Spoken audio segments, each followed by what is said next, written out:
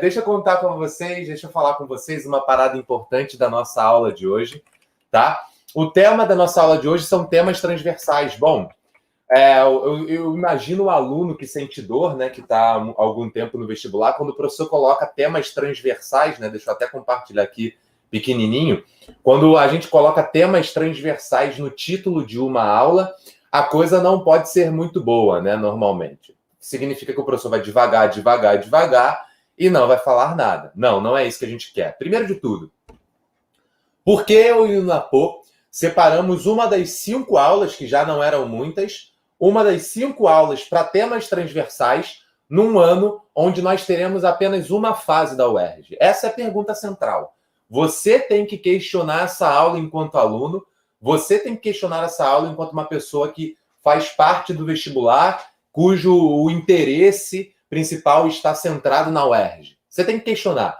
São 5 aulas. Por que o Gusmão e o Napô separaram uma para temas transversais? Bom, porque nós percebemos que a prova da UERJ, com o passar do tempo, ela veio tendo uma alteração de caráter na abordagem das suas questões e que existiam algumas questões que não tinham um caráter tão tradicional dentro da história. E é dentro desse caráter não tradicional da história que a gente visa explorar a aula de hoje. Esse é o primeiro ponto, certo? É dentro desse caráter que a gente vai explorar a aula de hoje, porque nós percebemos que se a história tem base no tempo e tem uma linearidade, né, a UERJ aborda questões que brincam com essa linha do tempo, que brincam com essas questões. Então, vejam, a UERJ, uma coisa que a gente fez também, outra coisa que nos motivou a fazer essa separação, foi o fato de que a UERJ, com certeza, no momento que a gente organizou o intensivo, poderia fazer alguma modificação no edital. Então, o que eu conversei com o Napô? Existem as questões que aparecem no exame discursivo que não apareciam no exame de qualificação e vice-versa. Caso a UERJ misture, a gente tem uma aula para alertar a galera, para ajustar as coisas como devem ser. Então vamos deixar essa uma aula, Napô, deixa essa uma aula comigo, ou puxa esse trabalho para mim, deixa essa uma aula de temas transversais e atualidades, inclusive caso a UERJ queira, por exemplo, pegar a Idade Moderna, que não cai no exame de qualificação, não caiu até aqui, e incluir no edital, né? É uma opção, sem problema algum. Deixa que essa aula vai concentrar esses temas que podem ser muito importantes, etc. Pois bem, o edital da UERJ, então, ele faz uma abordagem da história como uma disciplina de educação básica que integra as áreas das ciências humanas, a área, perdão, das ciências humanas. Possuindo, isso palavras do edital, possuindo interfaces com a geografia, a sociologia e a filosofia. Isso nos motivou a abordar temas transversais. Temas transversais são o quê? São temas que disputam ou que...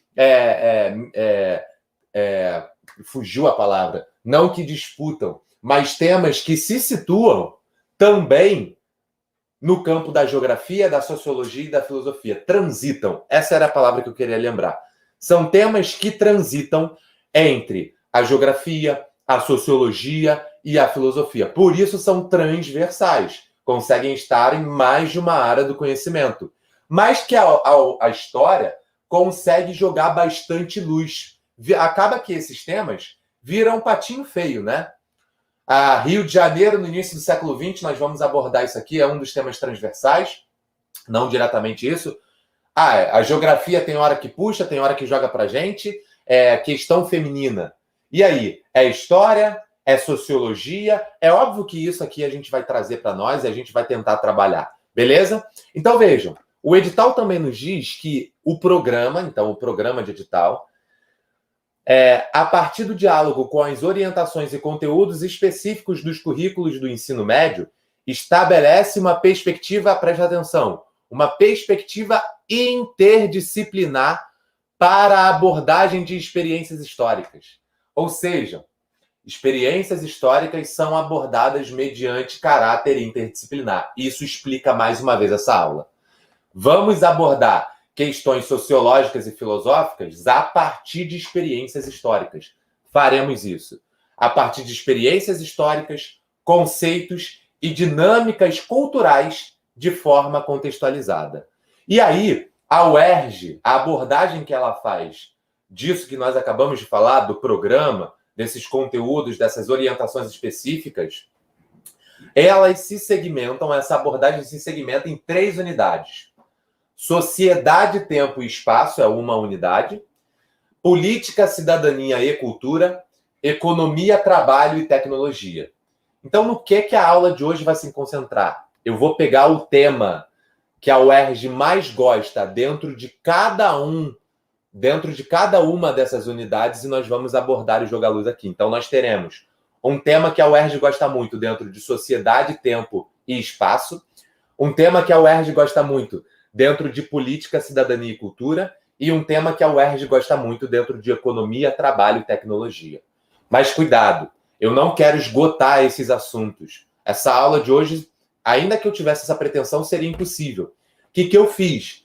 Eu peguei dentro dessas 3 unidades assuntos que eu e o Napô ou já abordamos ou iremos abordar nas próximas aulas. Então, por exemplo, dentro do segundo eixo, política, cidadania e cultura, tem o tema também do imperialismo, dos conflitos políticos, do neocolonialismo, das guerras mundiais. Todos esses são temas que ainda serão abordados pelo Napô. Então, eu não vou fazer a mesma coisa aqui 2 vezes. Vocês vão ver com o Napô e eu vou me concentrar em outros temas. Beleza?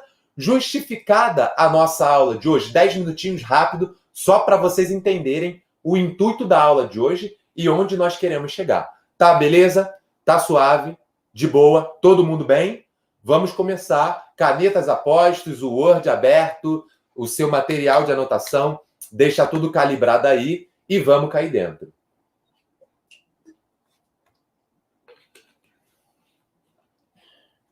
Ai, fecha. Vamos lá. Bom, boa noite para quem ainda não dei boa noite. Sejam bem-vindos. Meu nome é Matheus Guzmão, para quem não me conhece. E vamos começar mais uma aula, né? Então, deixa eu mudar aqui. Deixa eu colocar o slide grande e eu pequeno. Tá? Então, as orientações nós já demos, já deixamos no esquema. Atenção aos conceitos, concentração e não guarda dúvida. Solta a dúvida no chat que eu vou estar de olho aqui de vez em quando. Aviso que o pedagógico pediu para que eu compartilhasse com vocês. A segunda reaplicação do primeiro fator SIM ONUERJ 2021 estará aberta do dia 13 de abril ao dia 20 de abril. Eu botei dia 20, né? Foi mal, era um OI. Ao dia 20 de abril, para os alunos que não conseguiram fazer o simulado na data de aplicação e da primeira reaplicação. Bom, foi essa mensagem que me passaram, apenas transpus. Acredito que durante a semana nós professores, no caso, né, concederemos a vocês mais informações e com o passar do tempo a gente vai organizando as coisas da melhor maneira. Mas essa foi a notícia que pediram para passar. Bom, quais foram os temas transversais que eu escolhi? Essas são as questões, perdão pela imagem poluída, ficou meio poluído, mas eu não queria ter colocado de outra forma. Então, primeiro assunto, temporalidades. Abordaremos o assunto de temporalidades. Temporalidades é um assunto que a UERJ gosta muito. Falaremos nas 2 primeiras questões sobre isso. Beleza? Segundo assunto, crescimento urbano e hierarquização econômica. Está dentro ainda da mesma unidade. Esses 2 assuntos são da mesma unidade. Qual é a primeira unidade? A primeira unidade é a sociedade, tempo e espaço. Então, temporalidade, crescimento urbano e hierarquização econômica, aqui, crescimento urbano e hierarquização econômica são um tema só, beleza? Opa! Por que não está na caneta? Deixa eu colocar aqui, só um momento. Apontador laser. Ops, só tem isso aqui, ó. Então, ó, esse assunto aqui, que eu estou circulando com laser, é um assunto só. Crescimento urbano atrelado à hierarquização econômica. Terceiro assunto que já passa para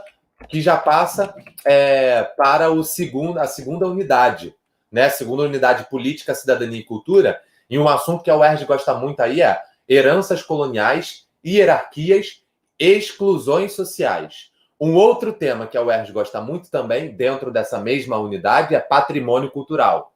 Nós também abordaremos questões a partir desses temas. E, por fim, não menos importante, o eixo, a unidade de economia, trabalho e tecnologia.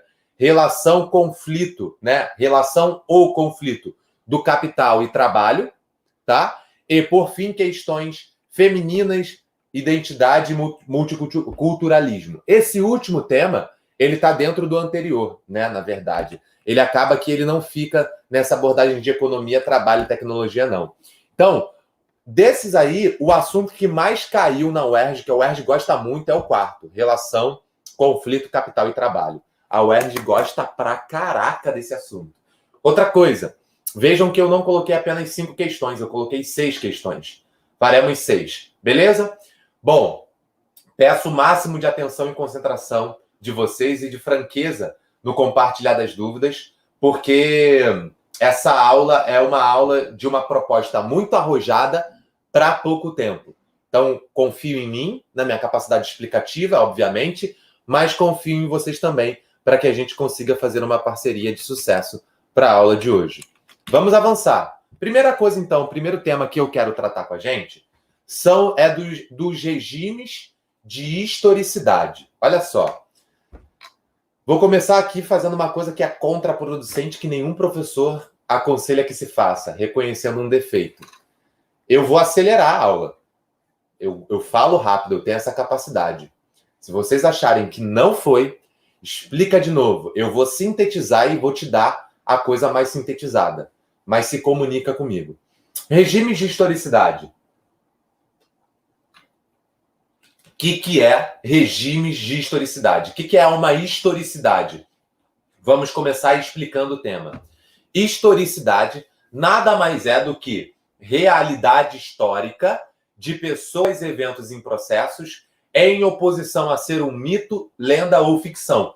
Porque mito, lenda ou ficção não tem respaldo na história. Embora exista enquanto imaginação, enquanto uma criação humana, é possível que os homens criem mitos, lendas, ficções e por aí vai, embora seja parte, não tem capacidade e respaldo, como posso dizer, empírico na sociedade. Não existiu de fato. Por exemplo, vou dar uma cancha aqui para vocês. Jesus Cristo. Jesus Cristo é um elemento altamente discutido na história. A historicidade na pessoa de Jesus, sem dúvida alguma, ele existiu. Diversas fontes atestam a sua existência. Jesus Cristo existiu enquanto pessoa. Jesus Cristo existiu enquanto um Messias? Este é um tema que a história não se preocupa em fazer ser verdadeiro, uma vez que é do campo da religião. O Jesus histórico é um homem. Agora, o Jesus religioso, ele também é um Deus. Ele é ressurreto, ele é Messias, perceberam? Então vejam, a historicidade da pessoa de Jesus faz com que a gente analise a realidade histórica desse indivíduo, dos eventos e dos processos nos quais ele participou. Dei um exemplo aqui. Beleza? Uma vez que isso é historicidade, nós vamos perceber que a história, portanto, ela tem ritmos que são determinados pelo tempo histórico. Nós vivemos hoje um modelo de tempo histórico.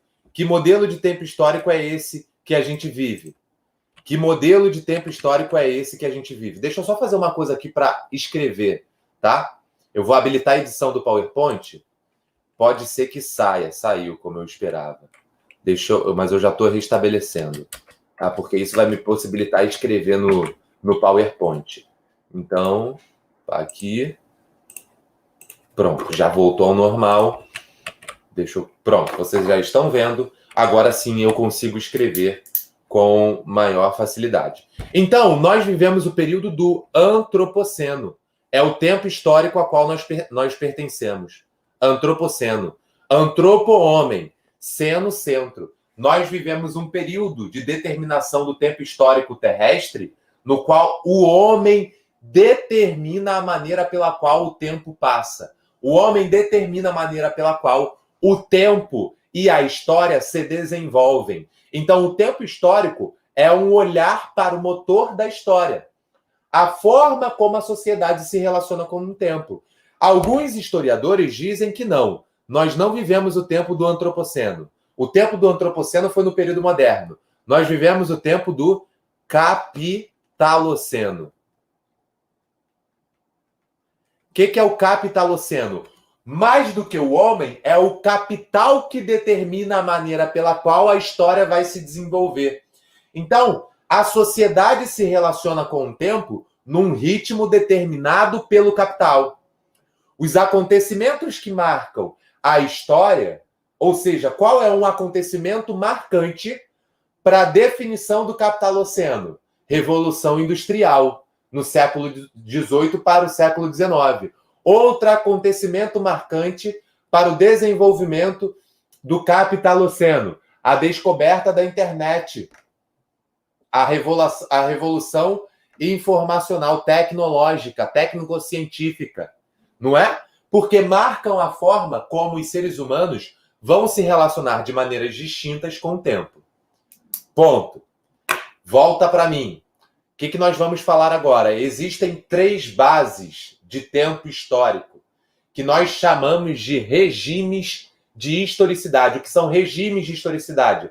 São regimes que narram a maneira pela qual os indivíduos percebem a história. Como o Gusmão percebe a história. Gusmão é cristão. Gusmão se encaixa na segunda nomenclatura, no providencialismo. Eu, como cristão, acredito que Deus é soberano e que Deus define o curso da história. Embora isso não signifique uma anulação da agência humana, do homem enquanto agente histórico na Terra. Uma coisa não exclui a outra. Mas eu acredito que a soberania está no campo da divindade. E outros irmãos cristãos acreditam nisso também, podem até estar participando da aula, inclusive.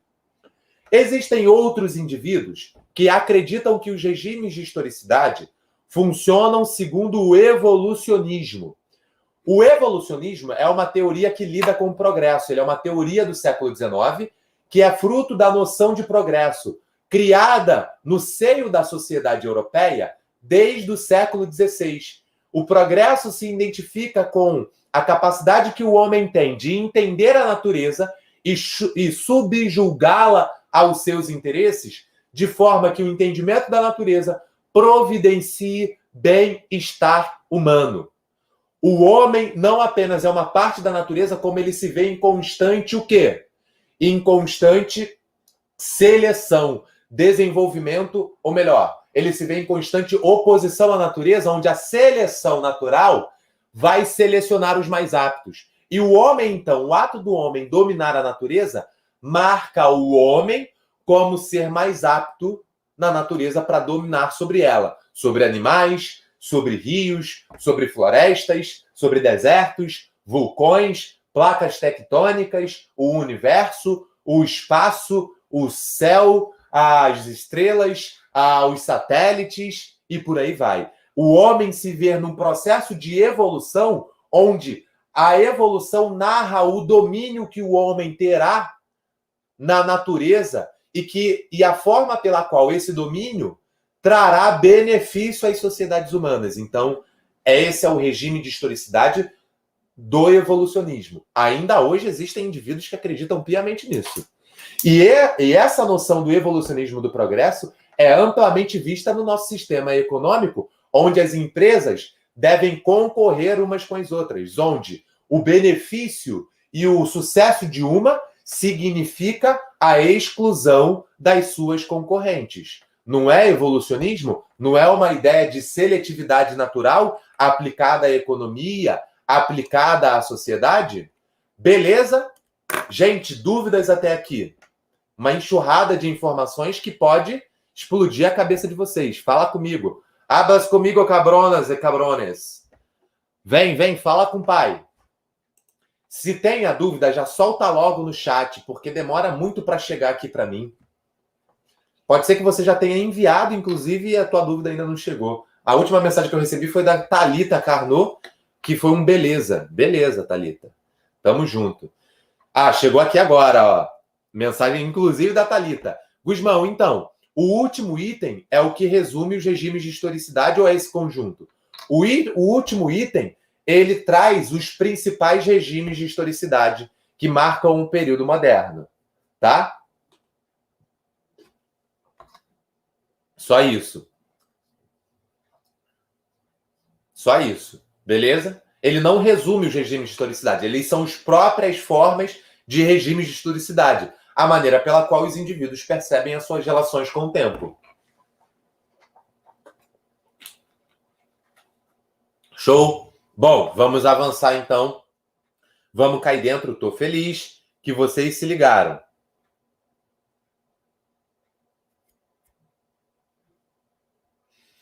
Vamos avançar, passando o Word aqui, o Word, ó, o slide. Eu confundo que eu faço primeira aula no Word e depois jogo para o slide. Um dos temas que a UERJ gosta muito e que nós não explicamos é o tema do presentismo. Ai, sujei aqui o bagulho, ó. É o tema do presentismo. O que significa o presentismo? O presentismo, ele estabelece duas bases que se relacionam com o passado e com o futuro. O passado no presentismo normalmente é idealizado. Eita ferro! Passado idealizado. O que é um passado idealizado? Significa que não é o passado tal qual ele é.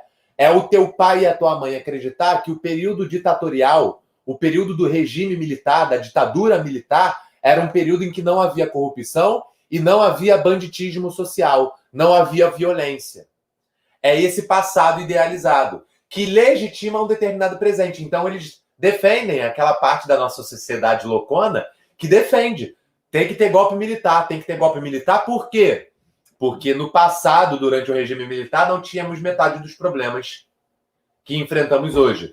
Devemos ter a volta da monarquia. Por quê? Porque na monarquia nós tínhamos o equilíbrio perfeito entre grupos conservadores e progressistas, entre liberais e gente do grupo social de baixo. A princesa Isabel foi incrível e ela produziu a Lei Áurea dentro de um contexto de ordem, né, no qual a sociedade pôde assimilar. Meu Zé, tudo idealizado. Se você olhar para a história, nada disso dá respaldo ao que de fato aconteceu. Beleza? Se há uma relação com base no passado, também há uma relação com base no futuro para o presentismo, que é olhar para o passado de uma maneira idealizada a partir de uma premissa na qual o futuro só apresenta promessa de desastre. Vejam, cara, isso se assemelha muito ao fascismo.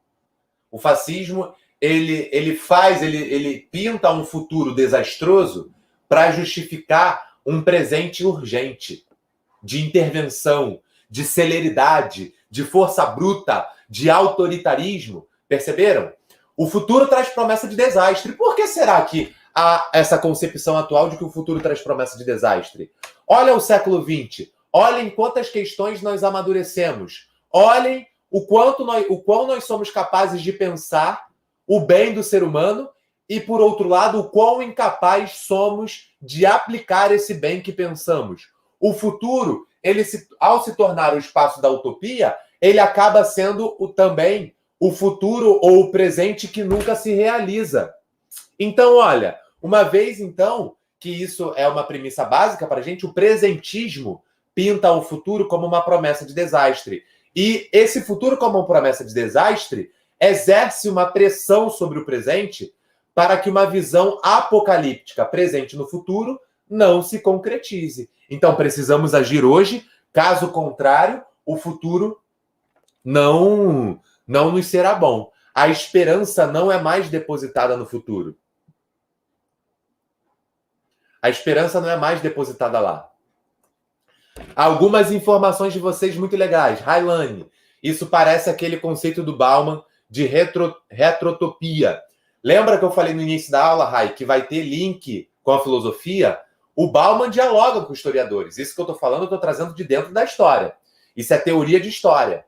Mas o Bauman dialoga total, faz total sentido, Rai. E essa também é uma forma de compreender. O famoso na minha época, exatamente, Marcão. Pergunta da Negreiros. Saudade, Negreiros. O presentismo seria um embate da utopia com a distopia. Então, não necessariamente um embate, mas a transformação da utopia em distopia, tá? Vejam se isso não está claro na obra do 1984. A obra do 1984 é justamente uma brincadeira, porque o George Orwell está escrevendo em 1948. Então ele está mostrando, olha, o nosso presente pode ser muito bem o futuro que eu vou pintar aqui se nós não fizermos nada. Está dentro dessa concepção. Perceberam? Tranquilo? Isso é o presentismo. A UERJ adora abordar presentismo, tá? Ela gosta muito. E aí, então, vamos para a primeira questão? Podemos ir para a primeira questão? Vou para a primeira questão.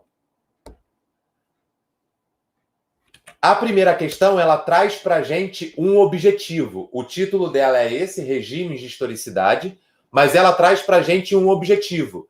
Identificar dimensões do tempo histórico, tendo por base a música Tempo Rei, de Gilberto Gil, musicão. Adoro, inclusive me deu gatilho, e eu preparei a aula no final de semana, passei o final de semana inteira ouvindo Gilberto Gil, Djavan, né? Só a galera old school junto com a Luísa. Beleza? Minha noiva, que eu não sei se eu já falei para vocês que eu tô noivo, mas eu tô noivo, tá? Então, identificar dimensões do tempo histórico, tendo por base a música de Gilberto Gil. Olha aí, identificar dimensões do tempo histórico. Vamos à questão. Na UERJ, a gente pode resolver a questão tal qual ela se apresenta, porque o tempo na UERJ não é o problema. Não precisa resolver a questão da UERJ tal qual você resolve a questão do Enem. Resolva-a de qualquer forma. Da forma como você se sentir mais confortável. Mas veja, cuidado com o estresse mental. Tempo Rei. Não me iludo. É difícil até não ler cantando, né? Não me iludo. Tudo permanecerá do jeito que tem sido, transcorrendo, transformando. Tempo e espaço navegando todos os sentidos. Tempo Rei, ó Tempo Rei, ó Tempo Rei. Transformai as velhas formas do viver. Ensinai-me, ó Pai, o que eu ainda não sei. Mãe Senhora do Perpétuo, socorrei. Olha, você que é o Perpétuo, Mãe Senhora do Perpétuo, vem dar um socorro. Pensamento, mesmo fundamento singular, do ser humano de um momento para o outro. Poderá não mais fundar nem gregos nem baianos. Mães zelosas, pai corujas, vejam como as águas de repente ficam sujas. Não se iludam, não me iludo. Tudo agora mesmo pode estar por um segundo. Tempo Rei, ó Tempo Rei, ó Tempo Rei. É muito bela. Nossa língua, os nossos poetas são reveladores de profundas sabedorias. É incrível. Quando que Gilberto Gil escreve a música? Fala para mim. Quando que Gilberto Gil escreve Tempo Rei? Né? Vou colocar aqui, ó. Tempo Rei, Gilberto Gil. De quando é a autoria? 1984. Olha aí. Não sei se a autoria é desse ano, mas o lançamento é em 84. Provavelmente período da ditadura. Provavelmente década de 80. Alta de inflação. Perceberam? Olha ele brincando com o tempo. Tá? Olha, o futuro não nos apresenta nada de bom. Mãe Senhora do Perpétuos, por favor, socorre aqui, porque eu não acredito que é essa realidade que tanto nos aguarda e que vai nos definir. Aí o enunciado coloca assim: o tempo, além de relacionado aos fenômenos naturais, é também condicionador das vidas humanas. Olha que link total com a nossa aula. É também condicionador das vidas humanas. Perceberam? Na letra da canção de Gilberto Gil, a dimensão do tempo histórico destacada é... Letra A, evolução. Não é a evolução que ele está destacando. Evolução seria se ele fizesse um elogio ao tempo, ao futuro. Nós já percebemos que a primeira questão está classificada dentro da noção de presentismo.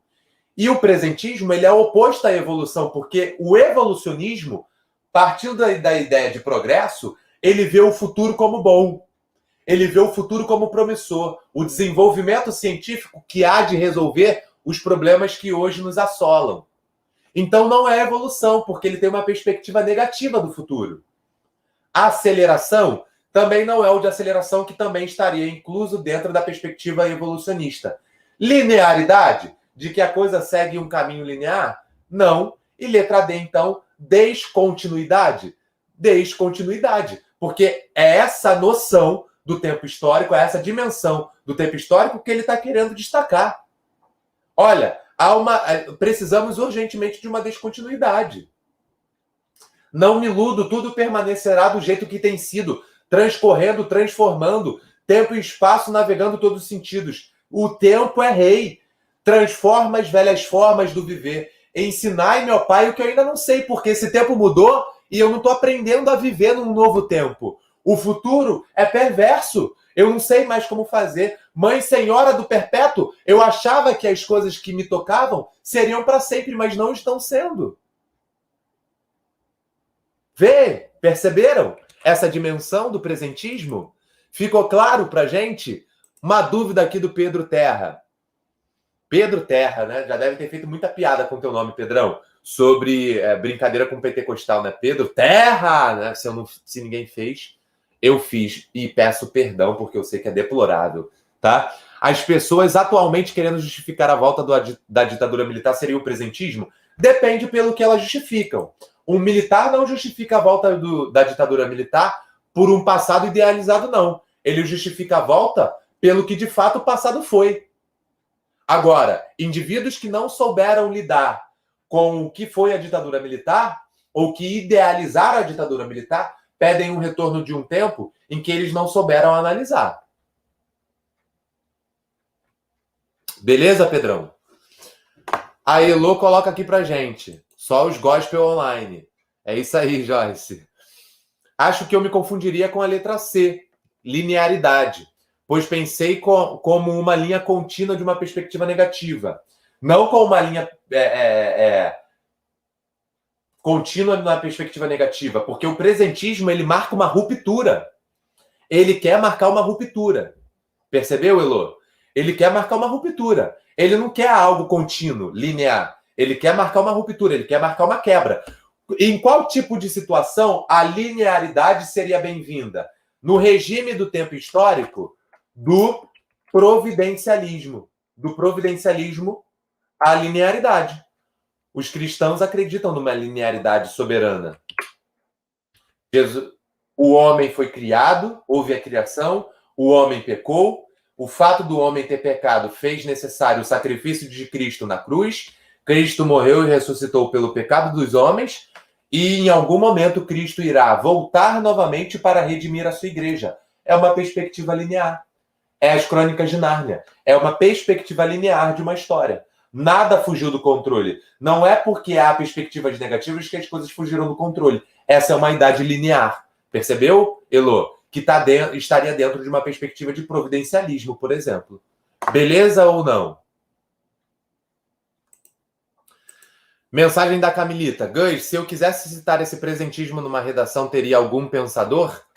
Ou é um conceito global? Tem pensador sim. Um pensador que é muito importante nessa lógica do presentismo que você pode citar. Então, vou colocar aqui, presentismo. É um francês chamado François, né? Como se escreve, Hartog. François Hartog. Beleza? Você pode utilizar esse camarada aí, pode citar, que é ele que nos interessa para definir a teoria do tempo histórico, do regime de historicidade, e ele que também fala um pouquinho sobre a ideia de presentismo. Beleza, filha? Show! Railane, por que a aceleração está dentro do evolucionismo? Porque a ideia de acelerar investimentos, a ideia de aceleração como uma catalisação de processos que nós já conhecemos e que são necessários para trazer invenções, trazer progresso, é totalmente fundamental. Nós não podemos mais demorar para fazer descobertas científicas no mesmo ritmo que demorávamos no tempo de Newton. Nós precisamos agora ter uma mesma percepção. Beleza?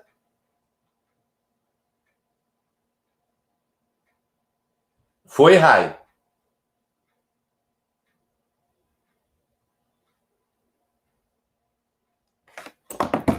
Vou avançar.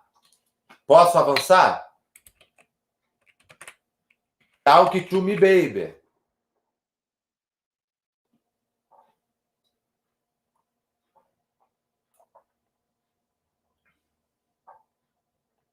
Pode ou não pode?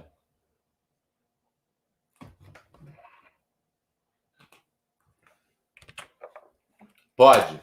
Se a Rai falou que pode, pode. Então vamos lá, olha aqui. Vou avançar.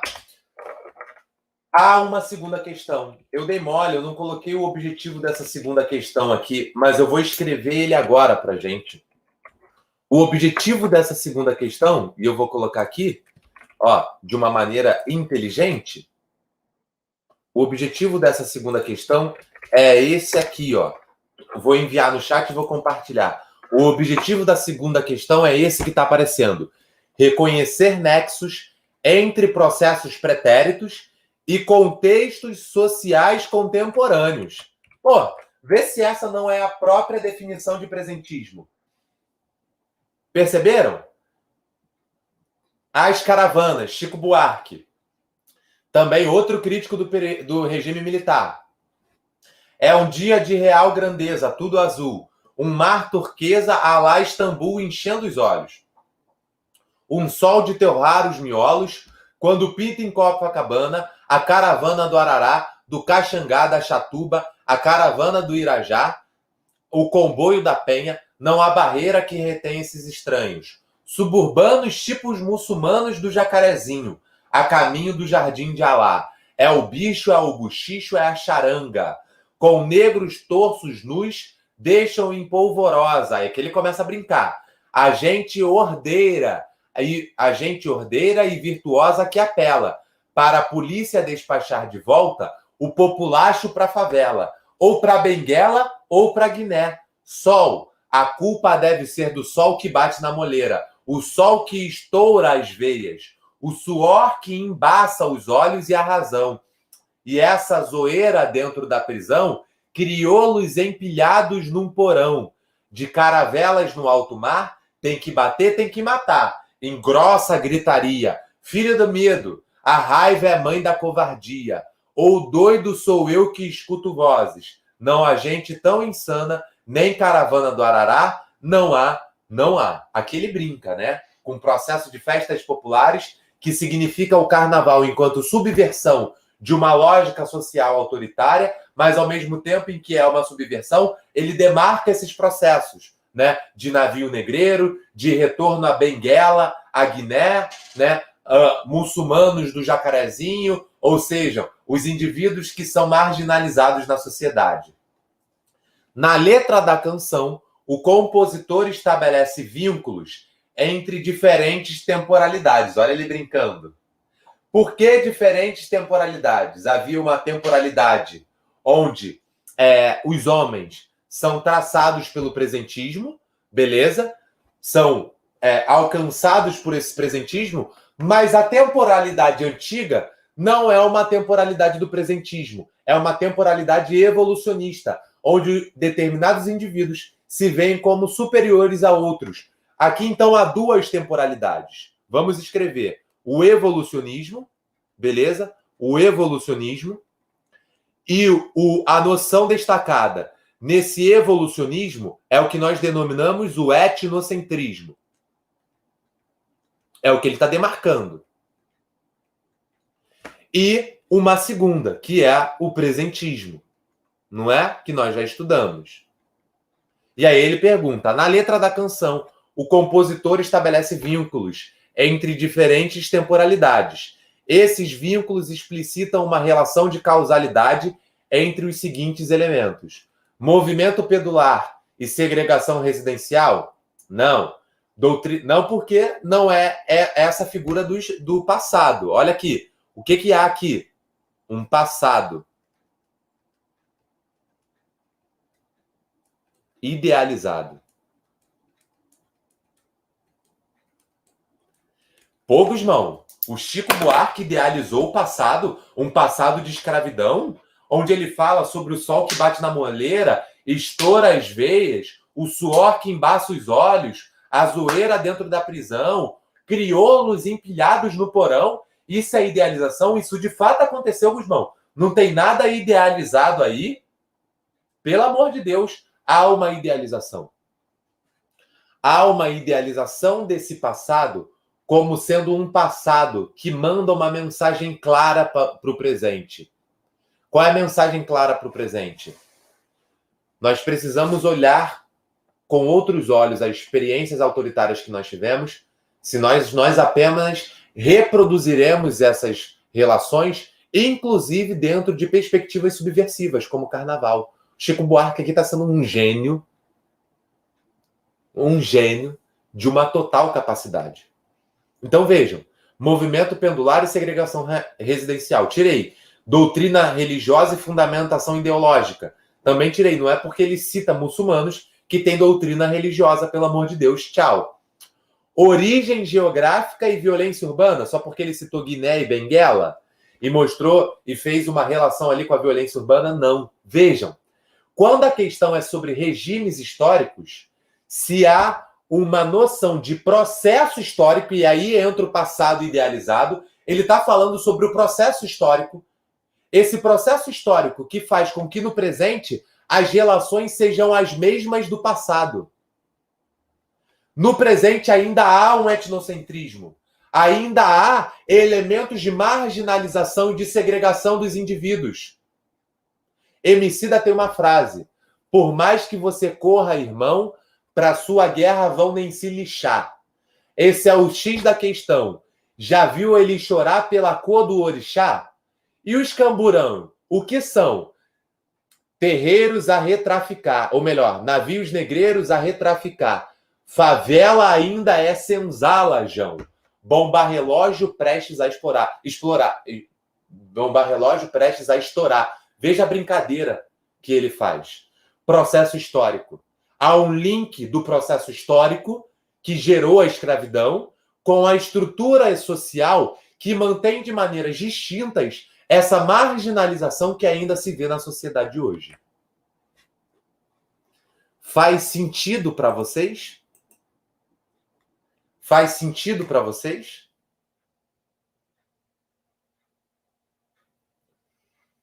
Beleza ou não? Faz sentido, galera? Tudo bem, filha? Que bom que deu certo para você. De nada.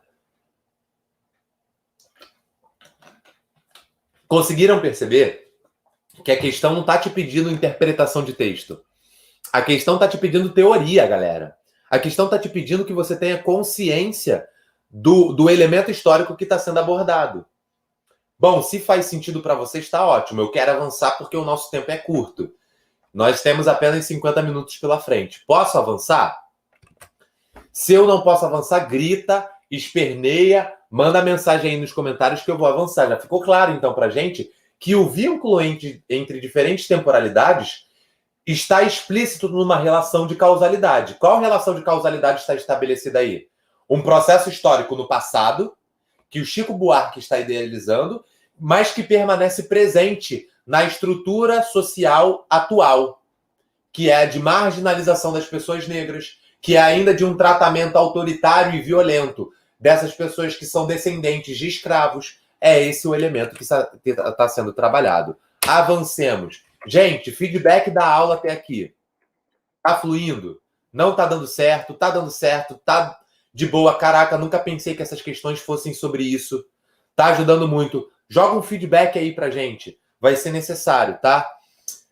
Bom, vamos lá. Próximo tópico, como eu já falei para vocês, crescimento urbano e hierarquização econômica no Brasil, tá bom? Crescimento urbano e hierarquização econômica dentro do Brasil, questão da Letícia Kosick. Então, posso considerar isso, de considerar o passado como causador de fatos presentes, uma característica do presentismo? Pode, Kosick? Pode sim, beleza? Pode sim, tá show de bola, parceira. Fica tranquila, você pode sim fazer essa associação, tá? Teve dúvida? Volta no meu slide, eu vou compartilhar esse slide. Eu não consegui compartilhar a tempo com vocês hoje, mas amanhã já vai estar disponível na plataforma. Eu, inclusive, já mandei para o Pedagógico do Fator, só que só amanhã eles vão disponibilizar, porque não tem mais funcionário trabalhando nesse horário, né? Graças a Deus, né? Não queremos uma pessoa a 24 horas disponível à nossa atuação. As pessoas também precisam viver. Vamos lá. Aqui o elemento que a gente vai trabalhar é o seguinte. Dentro do crescimento urbano e da hierarquização econômica no Brasil, nós precisamos mencionar que o Rio de Janeiro é um laboratório de metrópole. Eu até coloquei 2 vezes aí, né? O Rio de Janeiro, ele é um laboratório de metrópole.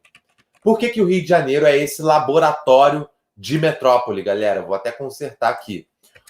Porque, vejam bem, um elemento que é importante para a gente pontuar aqui é que o capitalismo, e essa frase é do Marx, o capitalismo cria cidades enormes, aumenta muito a população urbana em comparação com a rural. O Rio de Janeiro, quando a gente fala do Rio de Janeiro, aqui apenas aqui serão testados determinados elementos de experimentação urbana, de configuração urbana, numa cidade que tem uma lógica de estabelecimento muito própria. O Rio de Janeiro tem uma lógica de estabelecimento espacial muito própria, definida mediante a escravidão e a política. O que eu quero dizer com isso? O Rio de Janeiro, desde 1770, vai se tornar a capital do Império, para ficar mais próxima do escoamento de ouro num contexto de crise aurífera no período colonial. E desde então, o Rio de Janeiro vai se tornar a capital colonial do Império e da República. Ao mesmo tempo em que esse processo nos alerta uma preponderância dos elementos políticos no Rio de Janeiro num contexto brasileiro, há um outro elemento que também nos é muito caro e importante. Que outro elemento é esse? É o da escravidão. O elemento da escravidão, ele é fundamental para a gente. Por quê? Porque o Rio de Janeiro vai se tornar centro de tráfico escravo, de recepção do tráfico escravo. Rio de Janeiro e Salvador vão ter aí juntos mais de 1,5 milhão de escravos desembarcados em seus portos. O Rio de Janeiro traz 2 milhões, o Brasil traz 2,5 milhões, né? Na verdade, o Brasil traz 4,5 milhões. Desses 4,5 milhões, apenas 3 milhões desembarcam aqui. 1 milhão em Salvador e 2 milhões, mais ou menos, aqui no Rio de Janeiro. 1,5 milhão no Rio de Janeiro. É bizarro. A lógica da escravidão vai trazer como demanda uma organização do espaço social que situe os escravos num determinado local e esses políticos que lidam diretamente com a política colonial e imperial em outro espaço. Então, vejam, há um desenvolvimento. Nós vamos traçar aqui 2 planos de desenvolvimento urbano.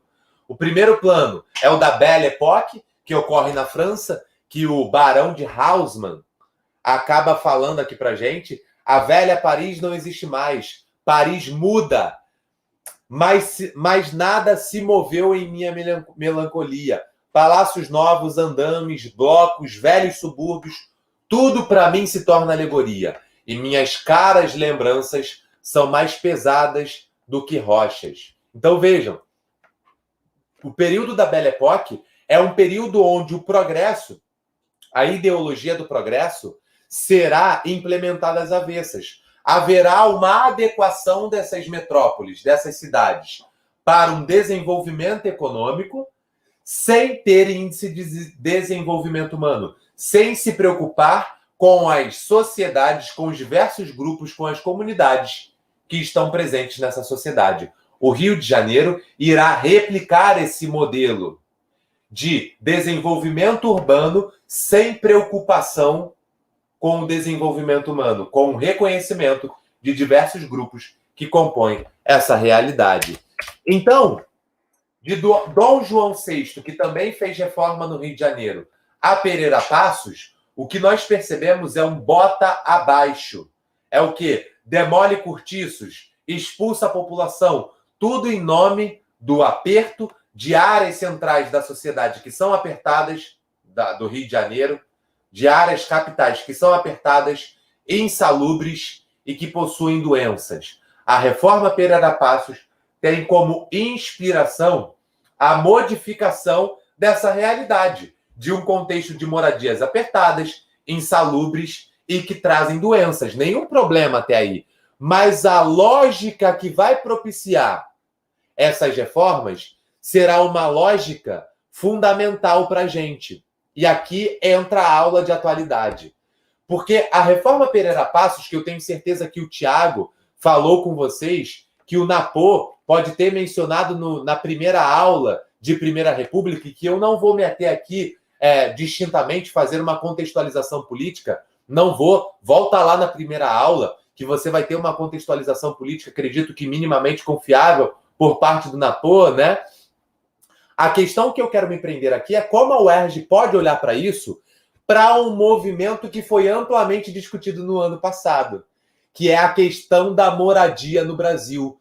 Muito se discutiu na corrida eleitoral do candidato Guilherme Boulos com o candidato Covas, Bruno Covas, em São Paulo, a questão do movimento de trabalhadores sem teto, altamente inspirado no movimento de trabalhador, no movimento dos sem terra. Um movimento ocorre no meio urbano e outro movimento ocorre no meio rural. O MTST, ele faz uma leitura da questão da moradia no Brasil, onde ele vai afirmar que a função social da propriedade urbana, né?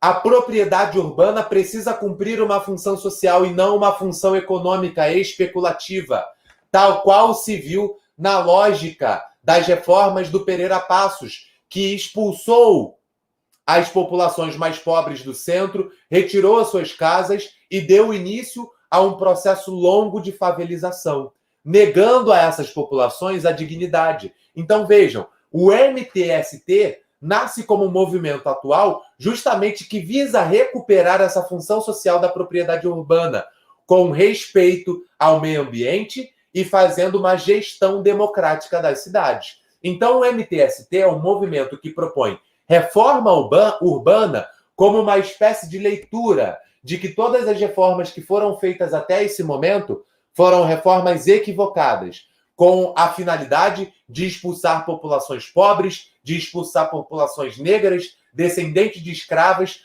principalmente no contexto do Rio de Janeiro. Pode ser que a UERJ aborde a questão da especulação imobiliária no Rio. Pode ser que a UERJ aborde a questão do movimento de trabalhadores do sem terra. Beleza? Essas questões todas são fundamentais para a gente.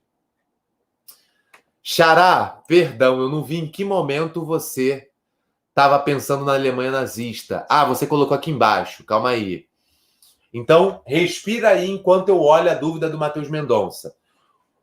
O evolucionismo poderia se expressar na necessidade ariana do espaço vital e o presentismo na comparação entre os Reiches anteriores e a República de Weimar? No sentido de que a República era mal vista na época? Pode. Só que toma cuidado. O presentismo é uma categoria histórica utilizada por historiadores hoje, tá? Essa noção, ela está inclusa. O evolucionismo. Perfeito. Não, é isso mesmo. O movimento evolucionista, o capitalismo, ele está se aliando a movimentos nazistas e fascistas nesse momento, Matheus. O que são empresas como a Ford, como a Adidas, como a Volkswagen, né? O que são grandes empresas, grandes corporações desse momento, passando cheque em branco para o Hitler e para o Mussolini? A escolha é muito clara. As empresas multinacionais fazem uma escolha muito clara. Na dúvida entre apoiar setores de esquerda que lutam pela justiça social e apoiar movimentos autoritários e conservadores, a história é clara. Eles preferem apoiar movimentos autoritários e conservadores na nossa história, sem dúvida alguma. A escolha é muito clara. Ai, Guzmão, o que você acha da gente ter que negociar com o Rodrigo Maia, com setores liberais do nosso país? Você vai negociar para tirar do poder? Você vai negociar com uma pessoa que está vendendo os seus direitos trabalhistas para tirar uma pessoa pior do poder. Eu, enquanto esquerda, não quero negociar com frente ampla. Frente ampla de direita, não de esquerda. Porque eu vou fazer frente ampla com o Luciano Huck, com o João Dória, não é? A leitura histórica política, o Guzmão está militando. Não, estou expondo uma opinião pessoal. Fazer frente ampla e ter que negociar com quem vai vender o meu direito, eu não quero. Que diferença faz? Aí eu digo que um é autoritário e coloco que não é autoritário, mas vende o meu direito da mesma maneira. Vejam a noção de leitura histórica. Regimes de historicidade nos auxiliam dentro dessa capacidade de fazer uma leitura benéfica, percebe? Percebe, Matheus? A própria UERJ, inclusive, abordou uma questão, né? Como sendo o ponto do déficit. Ah, já misturou aqui, foi mal. O Matheus falou uma questão que está contextualizada dentro da hierarquização econômica. Eu já estava dando linha na pipa total para o comentário dele. Xará, meu mano. Beijo para ti, saudade dos nossos papos. Você já viu aqui que eu já fui firme dentro do que você colocou, né? Você riscou o fósforo e eu explodi o barril de pólvora. Peço perdão, tá? Olha aqui. Eu faço um podcast chamado Navio dos Loucos. Lá a gente compartilha todas essas questões. Se vocês quiserem ter mais contato com esse pensamento que a gente está trabalhando, dá uma ouvida no episódio, vê se você vai curtir. A gente vai poder compartilhar algumas dessas reflexões de sala com vocês lá. Voltemos à aula. O Xará fez o seguinte comentário. Se eu não me engano, a própria UERJ, inclusive, já abordou o ponto do déficit habitacional. Sem dúvida alguma. Mas a projeção que a campanha do Guilherme Boulos para a Prefeitura de São Paulo trouxe pode fazer com que se exista uma conscientização maior em torno da questão da reforma urbana que muitos setores hoje no Brasil trazem e que a UERJ, como instituição vanguardista que instituição que sabe o seu lado na história, não vai deixar de abordar. Sem dúvida alguma. Olha, estou dando aqui o caminho das pedras para vocês. Atividade total, porque a UERJ pode abordar essa questão. Já pega um artigozinho do Politize, de alguns sites, explicando o que são essas reformas urbanas, o que é o movimento dos trabalhadores do sem-teto, como surgiu, para você não ficar de bobeira. Vale a pena. O movimento dos trabalhadores do sem-teto, eles se inspiram em dispositivos constitucionais que dizem o seguinte: são direitos dos trabalhadores urbanos e rurais, além de outros que visam a melhoria de sua condição social. Salário mínimo, fixado em lei, nacionalmente unificado, capaz de atender às suas necessidades vitais básicas e às de suas famílias, como moradia, olha aí, alimentação, educação, saúde, lazer, vestuário, higiene, transporte e previdência social, com reajustes periódicos que lhe preservem o poder aquisitivo, sendo vedada sua vinculação para qualquer fim. Comunista? Não. Nossa Constituição de 88, que vigora até hoje. Beleza? Não tem nada de comunismo aí, apenas uma busca pela proteção de setores vulneráveis na nossa sociedade, inclusive também dentro da questão da moradia. Crescimento urbano e hierarquização econômica no Brasil.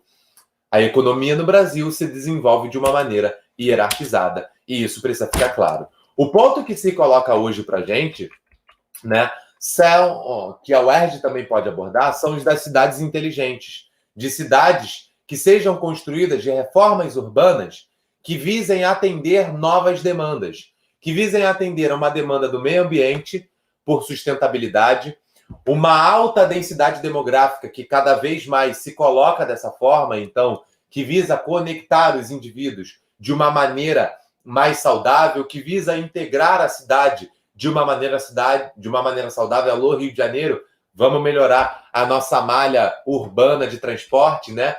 Que visa a informatização, né? Que visa conectar os indivíduos através de internet, as cidades inteligentes providenciando estruturas de redes capazes de integrar totalmente os indivíduos, beleza? Através da informação, mini carros que possibilitem, né, uma expressão pessoal desses indivíduos, que possibilitem um deslocamento mais saudável, que possibilitem uma não, como posso dizer, poluição tão eficaz do meio ambiente. Então, dentro dessa noção, o transporte compartilhado, né, que vai fazer com que os indivíduos tenham uma concentração dos seus serviços, que se tenha um maior olhar para a questão do transporte público, A reforma do transporte, né? Também é um tema, a questão da mobilidade urbana. Fiquem ligados que também é um tema que pode aparecer dentro desse tópico. E aí esse tópico já apareceu? Já apareceu numa questão onde o seu objetivo era identificar a forma específica de intervenção espacial urbana feita pelo poder público. Vê se é o que a gente não falou aqui. Forma específica de intervir no espaço urbano pelo poder público. E aí você só vai analisar. Pode ser que a UERJ trabalhe esses temas. Beleza? Então, olha, questão 3 da nossa aula. O passado sempre fez parte do cotidiano de diversas sociedades contemporâneas. Esse não foi o caso do Brasil. Olha como é que ele começa brincando. O peso material e simbólico das formas urbanas herdadas de tempos anteriores foi aí muito mais paralisante do que na Europa. Essa parte é fundamental para a gente. Olha aqui. O peso material e simbólico. Olha o Parkinson das formas urbanas herdadas de tempos anteriores foi aí muito menos paralisante do que na Europa. O que ele quer dizer com isso? Foi muito menos paralisante do que na Europa. Ou seja, se olhou muito pouco para essa questão. Não se paralisou a sociedade por conta dessas questões. Se construiu reformas urbanas com elas e tudo, com essas noções, com esses pesos materiais e simbólicos das formas urbanas herdadas de tempos anteriores. O que ele está falando aqui? De um Rio de Janeiro que vai modernizar o seu centro da cidade, mas que vai cagar pelo fato de que existia uma região chamada de Pequena África, onde se depositavam corpos de ex-escravos, e que o Pereira Passos simplesmente vai aterrar essa região para esconder, esquecer esse passado que poderia vir a atordoar o presente carioca. Não é isso que ele está falando? O projeto modernizador do século XIX fundamentou-se na esperança de um futuro melhor e na rejeição do passado, no caso do Brasil, escravista, na abolição dos seus vestígios escravos, na superação de que o Rio de Janeiro foi, durante maior parte da sua história, ainda hoje, tráfico de escravo, o centro do tráfico de escravo, o local de mercado e comércio de escravos. Essa fé no país do futuro tornou-se uma ideologia avassaladora a partir da República. E isto explica por que foram tão bem sucedidas no século XX. As reformas urbanísticas radicais que tanto transformaram a face das diversas cidades brasileiras, né? Perdão, li errado aqui, tá? Calma aí. E isso explica por que foram tão bem sucedidas as reformas urbanísticas radicais que tanto transformaram a face de diversas cidades brasileiras. Mas a gente está aqui mostrando e lembrando que a sociedade insiste em esquecer. Essa é a finalidade da história. Lembrar a sociedade aquilo que ela insiste em esquecer.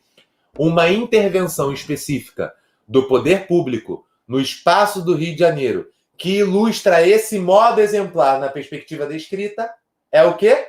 Ocupação da Barra da Tijuca? Faz até rir, né? Faz até rir. Construção da Avenida Brasil também não. Urbanização do Aterro do Flamengo. Cuidado, porque a urbanização do Aterro do Flamengo ela é criada do zero. O Aterro do Flamengo ele é criado do zero, tá? Ele é criado do zero a partir da demolição de um morro. Não existiam indivíduos que morassem ali ainda. Eram poucas as sociedades, nada comparado ao Morro do Castelo, que despeja centenas de indivíduos, centenas de comunidades que existiam ao redor daquele lugar e manda esses indivíduos para as áreas mais abastadas da sociedade. Beleza? Tranquilo? Difícil uma questão como essa? A UERJ pode facilmente abordar esses temas, não pode, galera? Alguma dúvida até aqui? A UERJ gosta muito desse tema.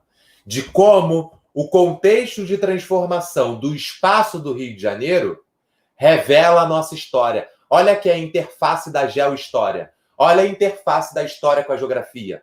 Falamos da interface da história na dimensão do tempo. Agora falamos da interface da história com a geografia, numa dimensão onde a alteração do espaço geográfico revela, é reveladora da história. Dúvidas? Joga pro trem que o trem tá louco, o trem tá descarrilhado. Pode jogar pro trem que o trem resolve a dúvida. Tá de boa? Fala comigo, mais friend. Passa lá, visiona. Perceberam como a UERJ gosta de abordar?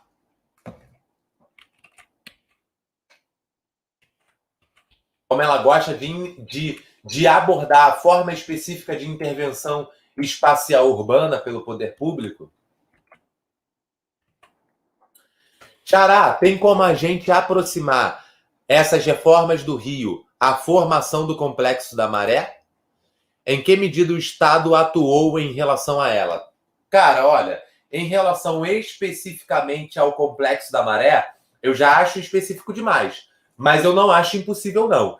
Eu mesmo aqui assumo um erro, tá? Não conheço o processo de constituição da Favela da Maré e peço perdão a você por isso, mano. Conheço muito pouco. As informações que eu tenho são gerais. Acho que eu não conseguiria acrescentar de uma forma tão boa, né, para essa realidade. Contudo, há aqui por trás da noção do Complexo da Maré uma noção das favelas, das construções das favelas, das constituições dos espaços urbanos das favelas e de como a favela hoje é contextualizada, tá? É contextualizada na vida urbana do Rio de Janeiro. A favela hoje sustenta o Rio de Janeiro, tanto do ponto de vista cultural quanto do ponto de vista econômico. Então, como o Estado atuou em relação à questão das favelas? Negando dignidade, negando direitos básicos a indivíduos que moram na favela. Muito simples.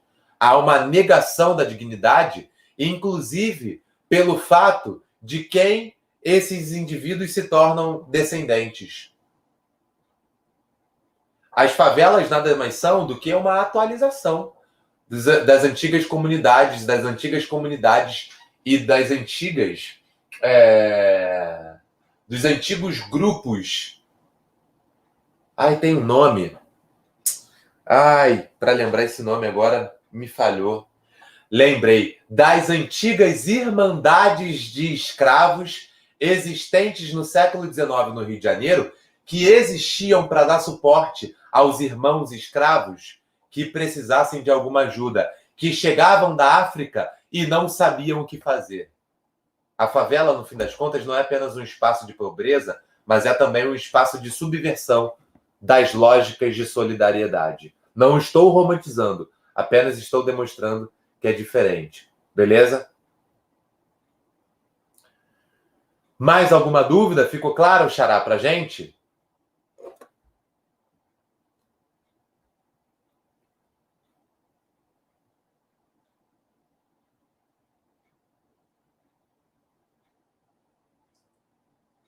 De boa ou não?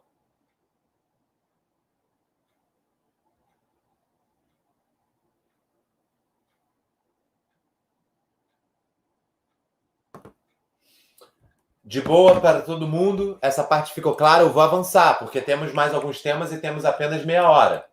Avancei. O outro tema que eu gostaria de abordar é o de patrimônio cultural, que é tão importante quanto. Esse tema já é mais extenso e eu ainda tenho mais 2 temas para trabalhar. Então, vou dar uma acelerada. Se comunica comigo, senão vai ficar difícil. Vamos lá. Patrimônio nada mais é do que uma herança composta por um conjunto de bens históricos. Coloquei a definição aí para vocês poderem utilizar isso na revisão de vocês da aula. Esse patrimônio, ele pode ser natural, material, intelectual, emocional, enfim. E esses patrimônios expressam a relação com a identidade de uma comunidade ou nação. Ponto. Definição básica de patrimônio. Esse patrimônio cultural, ele pode ser imaterial. Quando ele é imaterial, ele normalmente é habilidades, crenças, práticas e modos de ser. Para ser mais específico, um conhecimento pode ser um patrimônio material. Por exemplo, o fazer o queijo Minas. Não é o queijo Minas que é patrimônio, mas o modo de se fazer o queijo que só os indivíduos de Minas Gerais conseguem dominar. É um conhecimento. Uma manifestação literária, também. Uma manifestação plástica, também. Uma manifestação cênica, lúdica, sem dúvida alguma. Um ritual, uma festa. O Ciro de Nossa Senhora de Nazaré, a Feira de Caruaru, né? O frevo, o carnaval, beleza? São patrimônios imateriais. Por quê? Não são materiais. Os seus valores estão numa órbita de influência subjetiva, que se expressa no concreto. Se expressa, mas não é concreta, apenas se expressa. O modo de fazer o queijo se expressa no queijo pronto. A festa, a procissão, a feira de Caruaru se expressa na própria feira, mas a maneira como a feira se organiza é que é um elemento distintivo.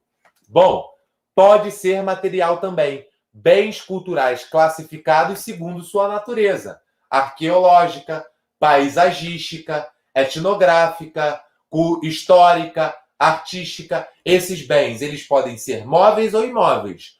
Um quadro, o quadro da Mona Lisa, é um bem móvel, porque esse quadro pode ser movimentado. Perceberam? É um bem histórico, artístico. As cataratas do Iguaçu, arqueológico, paisagístico, imóvel, não podem ser movidos de um lugar para o outro. Olha o Cristo Redentor aqui no nosso slide. Perceberam? Beleza? Fundamental para a gente, tá? Então, olha aí um trecho que eu retirei da própria Unesco de 2012. A primeira cidade do mundo a ser reconhecida pela Unesco com o título de Patrimônio Mundial na tipologia de paisagem cultural urbana é o Rio de Janeiro, diplomada no ano de 2012.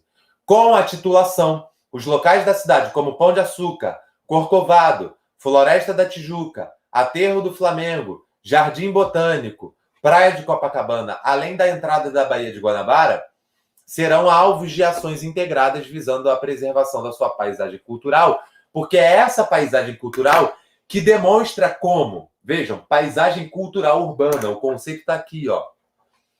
Por que paisagem cultural urbana? Paisagem cultural urbana. Não apenas uma paisagem qualquer, mas é a maneira na qual os indivíduos se adaptam a essa realidade. Recentemente surgiu um meme, né? De uma cidade do sul que construiu o Cristo. O lance não é o Cristo, mas é ter o Cristo contextualizado dentro de uma paisagem. De um Cristo que se coloca de braços abertos, abençoando a cidade. Mas abençoando uma cidade que é totalmente caótica, que é totalmente irreverente. É abençoando ao mesmo tempo o rico da Zona Sul e a favela do Pavãozinho e Cantagalo. Perceberam? Ele abençoa ao mesmo tempo essas duas realidades. Show?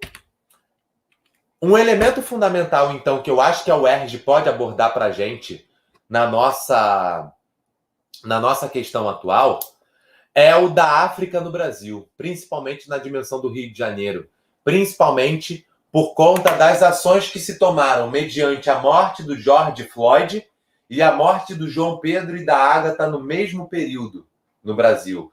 A morte também do rapaz que foi assassinado pelo segurança do Carrefour. Se alguém puder me lembrar nos comentários o nome dele, para que ele não fique sem nome, para que a pessoa seja valorizada na nossa aula, eu vou ser muito grato. Eu não lembro do nome dele agora, tá bom? Mas essa dimensão da África no Brasil ela é fundamental, onde a ancestralidade desses indivíduos negros que se colocam na nossa sociedade, que se desenvolvem na nossa sociedade, que estão ali presentes nas nossas avós, nos nossos avós, nas nossas origens, se chocam com a construção de uma identidade nacional que é oposta à presença desses indivíduos como sendo fundamental para a aceitação da realidade. Perceberam? É oposta. A identidade nacional do Brasil é construída João Alberto Silveira de Freitas, João Alberto, o Beto, que poderia ser um amigo nosso que estava indo no mercado. Obrigado, Matheus. Obrigado, Mariana. Obrigado por terem compartilhado o nome do rapaz, tá? Então, vejam. Ao mesmo tempo que você tem o Brasil querendo construir uma identidade nacional oposta ao que a presença do negro no país significa, você tem a nossa língua sendo altamente influenciada, porque esse jeito de falar do carioca, que arrasta o R, ele é fruto da língua iorubá, da África. Falam da mesma forma que a gente. Basta você perceber o seguinte, a gente tem mais facilidade de falar o inglês sul-africano do que o inglês norte-americano. É muito simples, porque para mim é muito melhor falar brother do que falar brother. É muito melhor para mim arrastar o R, que é um elemento de ponto de contato entre a minha cultura e outras culturas na África, né? Do que, ter que dobrar a língua para falar como indivíduos britânicos. É muito melhor falar brother, my sister. Muito melhor, 1000 vezes melhor. My brother, my sister. We have to know. We have to know. To know. Não é to know. We have to know. Porra, perfeito to know. To know pra mim é incrível. Eu acho belíssimo. Não é de um ponto de vista romântico, mas é no sentido de que é mais fácil. A religião, a música, olha o samba, olha o tambor de crioula, né? Olhem quantos instrumentos foram criados aqui. O cavaquinho é invenção nossa. A culinária, a comida. Bom, acredito que a UERJ pode fazer uma menção, e essa é a chave de leitura, de uma ancestralidade presente numa identidade nacional que se constrói com base na morte desses indivíduos. Como você acha que pode cair, Gusmão, numa dimensão brasileira? A estátua do grande patrono do Exército, Luiz Alves de Lima e Silva, Duque de Caxias, que construiu a sua fama no Exército Brasileiro reprimindo revoltas escravas, colocando na ponta da sua espada sangue negro, reprimindo revoltas que contestavam a ordem durante o período regencial, matando sangue negro e sangue indígena, e que vai se tornar patrono porque conseguiu controlar todas essas revoltas, para que o país tivesse uma ordem mínima para construir uma identidade de Estado, com base no Dom Pedro II. Uma identidade do Estado que só inclui o negro para bater, que só inclui a pessoa negra para ser a base da mão de obra. Quando uma criança morre por bala perdida no Rio de Janeiro, o que a gente deveria fazer em associação ao que fizeram nos Estados Unidos, que foi a derrubada de um traficante de escravo, seria também a derrubada de uma estátua de um cara que se consolida como sendo grande num exército, porque derruba sangue negro de pessoas que ainda hoje morrem pela mesma lógica. Meu sonho é o UERJ abordar isso. Eu vou amar. Nossa, o UERJ fizer isso. Eu sei que os tempos são difíceis. É por isso que eu estou falando aqui, claro, de um ponto de vista de enfrentamento. O George Floyd traz para a gente uma dimensão de memória social. Eventos marcantes, compartilhados por uma comunidade. A morte de Zumbi. Percebem? Dandara, Dragão de Aracati.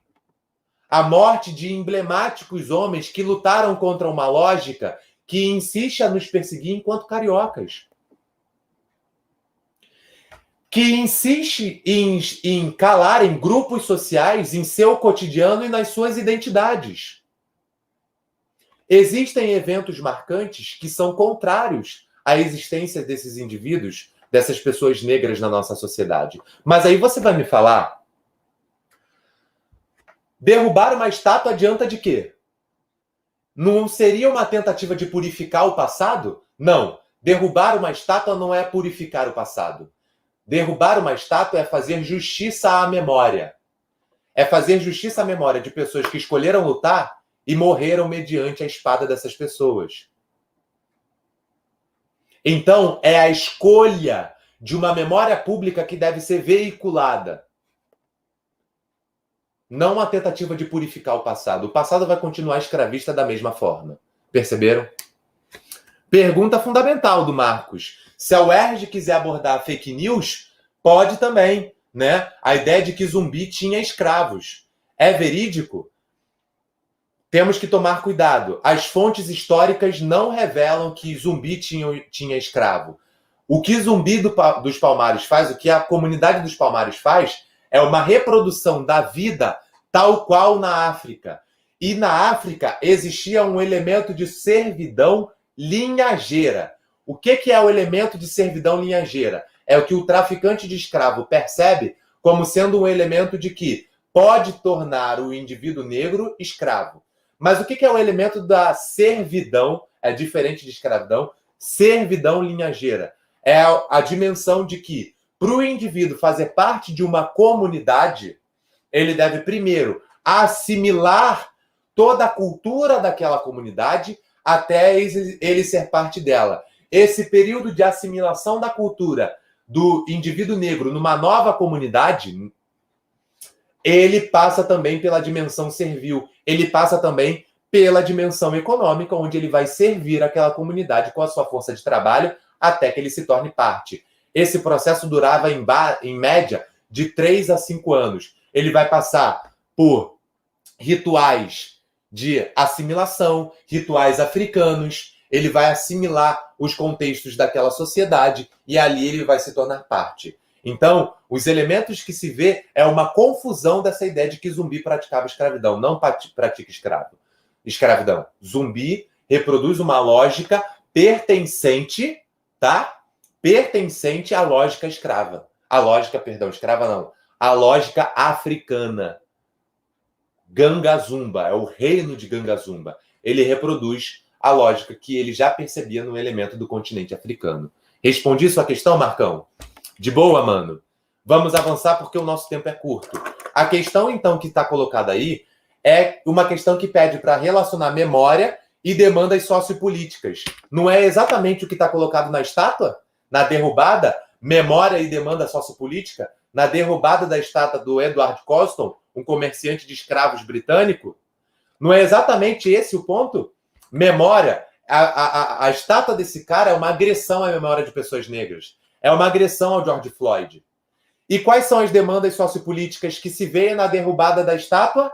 Justiça social e fim da violência policial negra nos Estados Unidos. Fim da violência policial aos indivíduos negros. Recomendo um filme. Judas e o Messias Negro. Judas e o Messias Negro. Será que a UERJ aborda ele? Tá muito cedo. O filme ainda vai ser jogado no Oscar. Pode ser que aborde. Quem sabe, né? Recomendo esse filme que fala exatamente dessa questão. Certo? Então a UERJ gosta muito de pedir que você relacione memória à demanda sociopolítica. Questão 4. A questão do logradouro, mudança do nome do colégio em Salvador de Emílio Garrastazu Médici para a mudança do nome, né? Colocar Colégio Estadual do capitão Carlos Marighella, né? Tentar dar ali o nome ao Carlos Marighella, ou Milton Santos, o maior geógrafo que já existiu. A escolha de nomes de logradouros e de edificações para representar uma homenagem em determinada época, assim como a mudança desses nomes para indicar transformações históricas, simbolizando novas demandas da sociedade.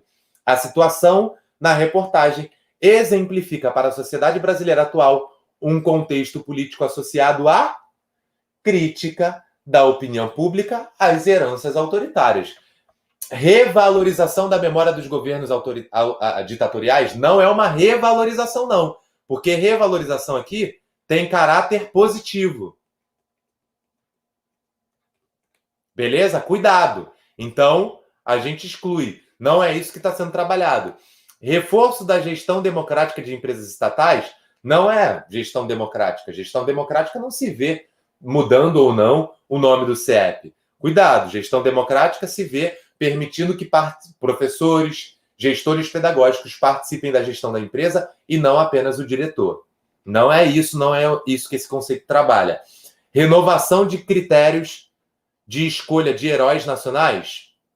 Também a renovação aqui tem um caráter positivo. Então também não é, nos resta apenas a letra A.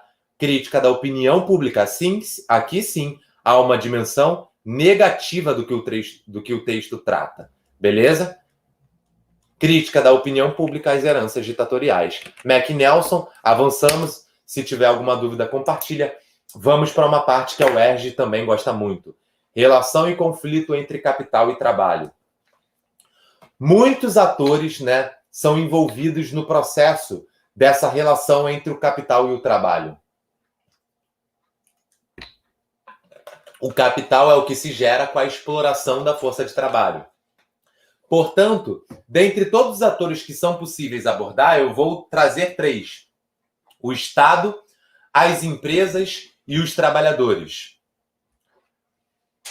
Eu quero destacar aqui na nossa aula de hoje uma dimensão de direito, que é a dimensão dos direitos sociais. O século XIX é o século que pare os direitos sociais. Os direitos políticos são trazidos no século XVIII, os direitos sociais no século XIX e os direitos humanos no século XX. Há aqui um processo histórico no século XIX de disputa pela esfera do Estado, porque ou o Estado ele é uma esfera de defesa democrática dos interesses de toda a população, ou o Estado ele é uma esfera de atuação dos burgueses donos de empresa. A lógica que se via no século XIX era de que o Estado era ocupado por grandes indivíduos, uma vez que o voto era censitário, então apenas os indivíduos ricos poderiam votar, e os indivíduos ricos votavam naqueles que representavam os seus próprios interesses. É óbvio. No século XIX, com o crescimento do movimento social, do movimento socialista e tal, vai haver uma disputa pela esfera do Estado. E o trabalho, então, a solução que se encontrará nesse momento é a construção do Estado como sendo a porta de entrada para os direitos sociais. Só vai ter direitos sociais aqueles indivíduos que trabalham. E aí os indivíduos que trabalham, que cooperam para o crescimento econômico do país, das empresas, terão direitos sociais. É a maneira conciliadora que o Estado encontra para agradar esses dois lados, esses dois agentes que possuem interesses antagônicos. O lado empresarial quer explorar e o lado dos trabalhadores quer ter direito contrários a essa exploração. Então ele vê dessa maneira, para ter direito social, precisa trabalhar. Só que ao mesmo tempo em que é construído dessa maneira na Europa, nas periferias, por exemplo, no Rio de Janeiro, o trabalho como fonte de direito social também será elemento de marginalização histórica. Basta a gente olhar o século XX, basta a gente olhar as vadiagens no início do século XX, não é? Basta a gente olhar para o Rio de Janeiro. Pessoas negras recém-alforriadas por conta da lei Áurea, por conta do fim da escravidão, que não vão ter trabalho, que serão vadios. Beleza? Tudo bem? Show? Então vejam, aqui no século XX existiam 2 paradigmas, né? O paradigma do bem-estar social, que foi um paradigma que foi conciliador, e um paradigma do neoliberalismo. Então vejam, no primeiro há uma relação amistosa, no segundo há conflito. No segundo, o capital é inimigo do trabalho. O capital quer explorar o trabalhador. E nós vamos perceber, então, que esse capitalismo se expressa dentro de uma dimensão de uma desigualdade histórica, onde um elemento fundamental para a gente aqui é perceber que a UERJ pode trabalhar dentro dessa perspectiva que ela sempre trabalhou de conflito do capital e do trabalho, uma nova concepção, uma nova construção de trabalho trazida pelo neoliberalismo, que é a aliança entre o progresso e a tecnologia, que vai gerar novas formas de trabalho, principalmente o capitalismo de plataforma. O capitalismo de plataforma. O capitalismo de plataforma é uma nova realidade de trabalho traduzida no crowd work, que é o quê? O trabalho sob demanda por aplicativo. É o trabalho compartilhado. A Uber hoje tem mais de 600 mil colaboradores, né? no Brasil. A Amazon Mechanical Turk tem mais de 500 mil trabalhadores, alteradores de dados, construtores de dados na sua plataforma também. Essas empresas adotam o trabalho sob demanda, né? E essas empresas que adotam os trabalhos sob demanda tornam os trabalhadores autônomos. Mas vejam, se o trabalho é a porta de entrada para o direito social, o trabalhador autônomo, então, uma vez que ele é autônomo, ele não vai ter uma carteira assinada, por exemplo, ele não vai ter qualquer proteção social. O trabalho que até pouco tempo atrás era o meio de proteger o trabalhador, agora não é mais, porque existiram novas formas de trabalho não previstas pelo Estado, que o Estado não consegue regular a ponto de garantir os direitos desses trabalhadores. Essa categoria foge às noções tradicionais de emprego no Brasil. Quem é o entregador de aplicativo? Ele não é o professor, ele não é o engenheiro, ele não é o comerciante, ele não é o empresário, ele não é o secretário, ele não é o auxiliar administrativo, ele não é nenhuma desses indivíduos. Perceberam? Ele é um trabalhador autônomo.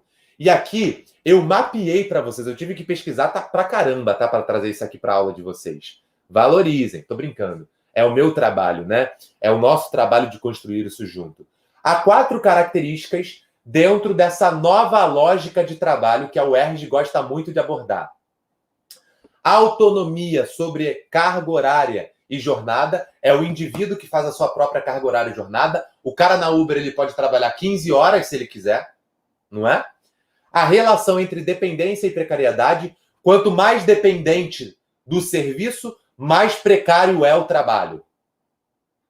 Essa lógica é certa. Quanto mais dependente do serviço se é, mais precário se é. Mais precário é o trabalho. Quanto mais dependente da entrega do iFood o cara é, mais precário é o seu trabalho. Beleza?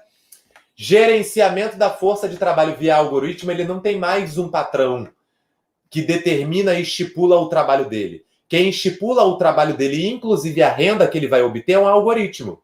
Se tem muita gente trabalhando, tem aumento de oferta, né? Tem aumento de procura.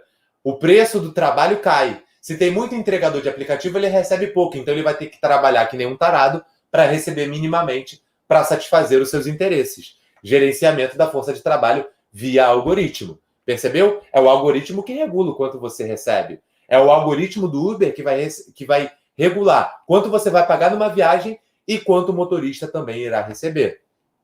É o algoritmo, não tem uma pessoa por trás estipulando isso. Então vejam, a quarta característica é a da acentuada desigualdade entre trabalhadores, plataformas e usuários de serviços, né? Ou seja, é uma desigualdade absurda. Quem pede o serviço tem uma determinada condição, quem constrói a plataforma é extremamente rico e o trabalhador é extremamente pobre. Ou seja, constrói-se uma relação de topo da pirâmide pela plataforma, pelo dono da plataforma, meio da pirâmide pelo usuário do serviço e base da pirâmide pelo empregador. São as novas formas de desigualdade oriundas dessas novas relações no capital. Só que aí, essas novas formas de trabalho, elas trazem para a gente novas categorias de trabalho. E essas novas categorias de trabalho não possuem respaldo jurídico. Das pesquisas que eu fiz, que tentam entender essas novas realidades, existem 3 categorias. Os autônomos, os dependentes e os subordinados. Os autônomos nós já vimos quem são. É o cara que tem a sua motoca e vai trabalhar no iFood. O dependente são trabalhadores em situação de vulnerabilidade e dependem da vontade do usuário, por exemplo. Ou seja, eles prestam serviço, eles são os próprios prestadores de serviço. O cara que faz a entrega no iFood não foi ele que fez um hambúrguer. Mas o cara do Uber é ele que faz a tua viagem. O cara do iFood é um autônomo. O cara do Uber é um dependente. Ele também está em situação de vulnerabilidade, mas ele depende da demanda. Perceberam a diferença? O cara do iFood, ele não entrega o hambúrguer que a gente pede. Ele não, ou melhor, ele não faz o hambúrguer que a gente pede. Ele apenas entrega. Ele é o autônomo. O cara do Uber é o cara que é dependente. Ele é dependente da vontade do usuário. E o subordinado é o que presta o serviço sob o poder de direção do empregador. É uma nova profissão que está muito famosa atualmente, né? Que é a profissão do analista de dado. Analista de dado hoje é o novo petróleo, é o ouro do mercado, não é? É um indivíduo que vai ali ser contratado esporadicamente para fazer um determinado serviço. Não sabemos se essa profissão terá vida longa, é óbvio que terá, né? Mas, assim, não há uma formação clara da categoria. Tudo bem? Beleza? Ou seja, a informalidade que perpassa essas 3 categorias de trabalho traz para a gente uma ausência de garantias como parte constitutiva do trabalho. É uma regressão. Perceberam? É uma regressão. É aqui um retrocesso. Porque o trabalho que antes era o meio de garantir para minha avó, semi-analfabeta, que ela pudesse ter algum direito, hoje não é mais. Hoje não é mais. E isso se expressa também em diversas outras ausências de direitos, né? Ônibus lotado, o filho morto da empregada que teve que levar o cachorro da patroa para passear, empregadas que morreram de Covid por conta das patroas que voltaram da Itália e que trouxeram o vírus para cá, não é? No contexto do ano passado. E aqui surge uma nova lógica também que a UERJ pode abordar, do trabalho remoto. Entre a salvação de continuar trabalhando e sendo remunerado e o laboratório de experiência. Porque ao mesmo tempo que você continua recebendo, a eliminação das medidas protetivas de trabalho, você passa a ser o seu próprio patrão. Os riscos das profissões agora estão sob a responsabilidade dos próprios trabalhadores. Você não tem mais as fronteiras. Você é o responsável. Você está dando aula na sua casa. Se alguma coisa acontecer comigo na minha casa dando aula, o fator não é responsável por nada, percebeu? Porque a legislação estipula que seja assim. Não é uma crítica ao fator, pelo amor de Deus. Mas é porque é um novo contexto que demanda atenção. A perda de fronteira. Você não tem mais o horário de acordar para trabalhar. Você trabalha na tua casa, pô. Você faz a hora que você quiser. Eu fiz até um poema sobre isso no ano passado, após uma aula com a galera do Preveste, que é o professor mal acostumado. Velocidade. Dizem que é boa a conexão. Eu não consigo entender. Prefiro arrastar da mesa no chão.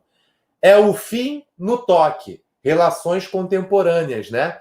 Eu prefiro o toque do abraço. O aceno à distância da verdadeira distância.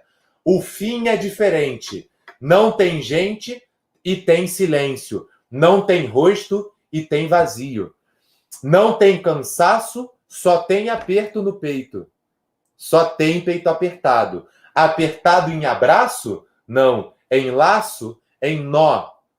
Sem nós. Só com eu, tu e vocês. Humanos, pelo menos?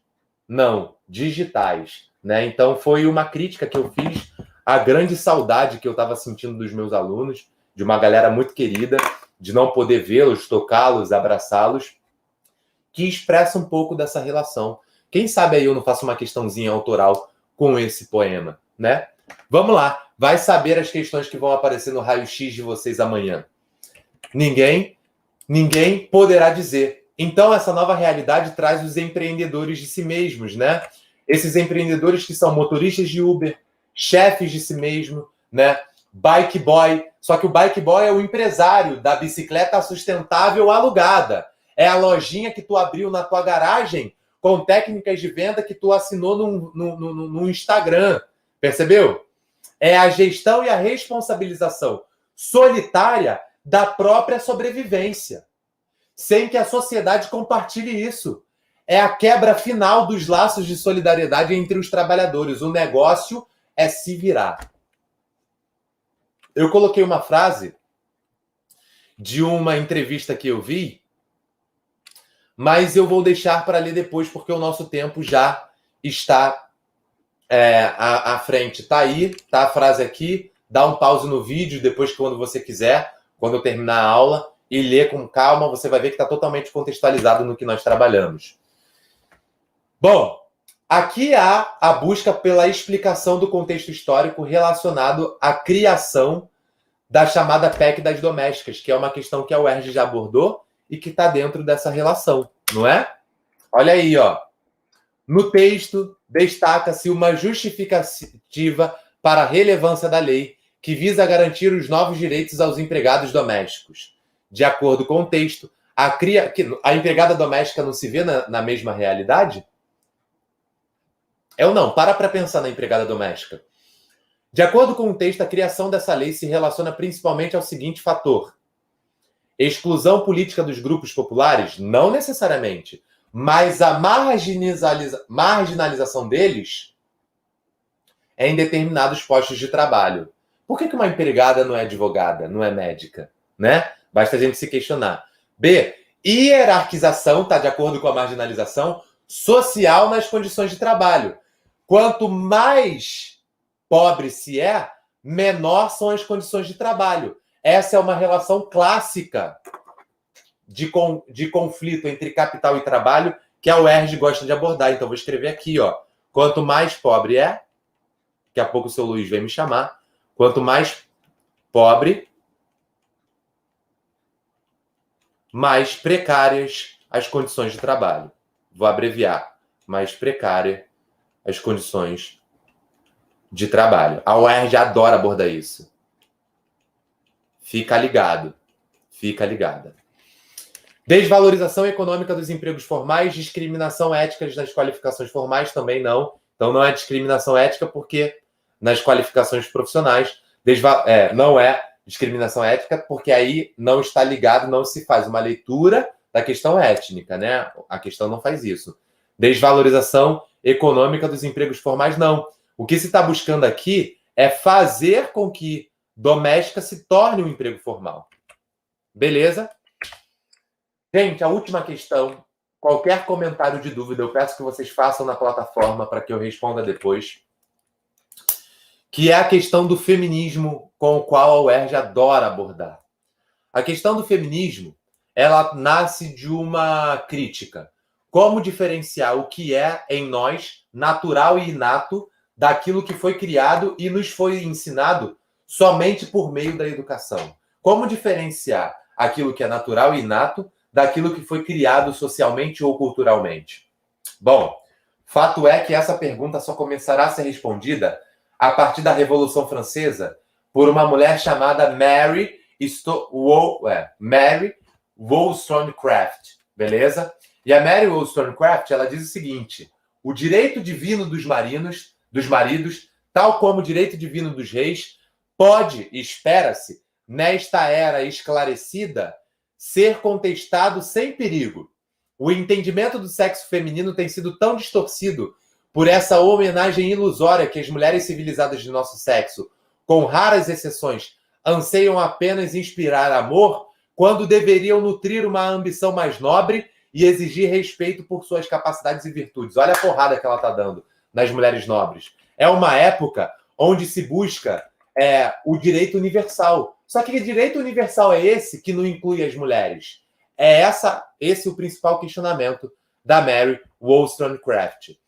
Uma outra mulher, representante do feminismo negro, a qual é a minha preferida, é Sojourner Truth. A Sojourner Truth, ela está ligada ao movimento anti-escravidão e ela é reconhecida por um grande discurso que ela faz dentro de uma igreja, onde não deixam mulheres falar. E ela ali toma a palavra e ela faz esse discurso. Aquele homem ali diz que as mulheres precisam de ajuda para subir em carruagens e devem ser carregadas por sobre valas e merecem o melhor lugar onde quer que estejam. Ninguém jamais me ajudou a subir em carruagens ou a saltar sobre poças de lama e nunca me ofereceram o melhor lugar. Eu não sou uma mulher? Olhem para mim, olhem para os meus braços. Eu arei e plantei, juntei a colheita nos celeiros e homem algum pôde me igualar. Eu não sou uma mulher? E eu podia trabalhar tanto e comer tanto quanto o homem, desde que eu tivesse oportunidade para isso. e suportaram o açoite também. E eu não sou uma mulher? Eu pari 13 filhos e vi a maioria deles serem vendidos para a escravidão. E quando chorei com a minha dor de homem, ninguém a não ser Jesus me ouviu. Eu não sou uma mulher? Foda, né? Jesus Cristo. Eu até vou fazer uma oração em casa. Que isso? Onde tá nós cristãos? Onde o nosso cristianismo está que não vê a fala de uma mulher como essa? Parada incrível, né? Parada bizarra, surreal. Beleza? Após a Sojourner Truth, que vai fazer um movimento de valorização das mulheres e também um ataque à escravidão, nós vamos ter as 3 ondas de feminismo. A primeira onda, ligada às mulheres sufragistas, na luta pelo voto na Inglaterra, é tema de diversos filmes, beleza? Isso aí a gente está ligado. A segunda onda, de meados de 50 até a década de 90, ligada ao existencialismo e ao movimento da Simone de Beauvoir. E a terceira onda, ligada ao Riot Girl, né? A garota rebelde. A Dirty Weekend, a partir da década de 90. Dirty Weekend é um livro incrível, escrito por uma mulher inglesa, onde ela narra uma mulher que, depois de ser assediada e estuprada, tira um final de semana para sair matando homens. Porra, parada bizarra. É muito maneiro o livro. E esse livro ele é proibido assim que ele é lançado na Inglaterra, porque ele demonstra uma grande violência, né? Só que esse livro ele é escrito exatamente na rejeição da perspectiva do do it yourself. Ou seja, faça você mesma, mulher. Trabalhe, contribua para o capital, faça, aconteça. A mensagem que esse livro está mandando é: quando vocês trabalham fazem uma propaganda de que a mulher pode, de que a mulher é isso, de que a mulher é aquilo, vocês não estão olhando para o problema real. Então, a terceira onda do feminismo, ela já começa a olhar para esse contexto das mulheres punks, das mulheres que são radicais, que vão construir reflexões fundamentais. Beleza? E aí, dentro dessa noção, 2 noções são fundamentais. A da Simone de Beauvoir, que traz a perspectiva do feminismo, onde ela vai dizer que ela vai contribuir para o feminismo a teoria do existencialismo, né? Onde a existência precede a essência, não se nasce mulher, torna-se mulher. Ou seja lá o que se pode entender por ser mulher, isso não pode se restringir às determinações impostas pelo patriarcado. A mulher é o que ela quiser. Vou deixar para que vocês leiam essa citação da Simone de Beauvoir, é bem conhecida e por isso não vou ler agora, tá? E o último elemento aí que a gente vai trazer é o da Judith Butler, onde ela vai dizer que a questão de gênero, de ser homem e mulher, é apenas uma questão de performance social.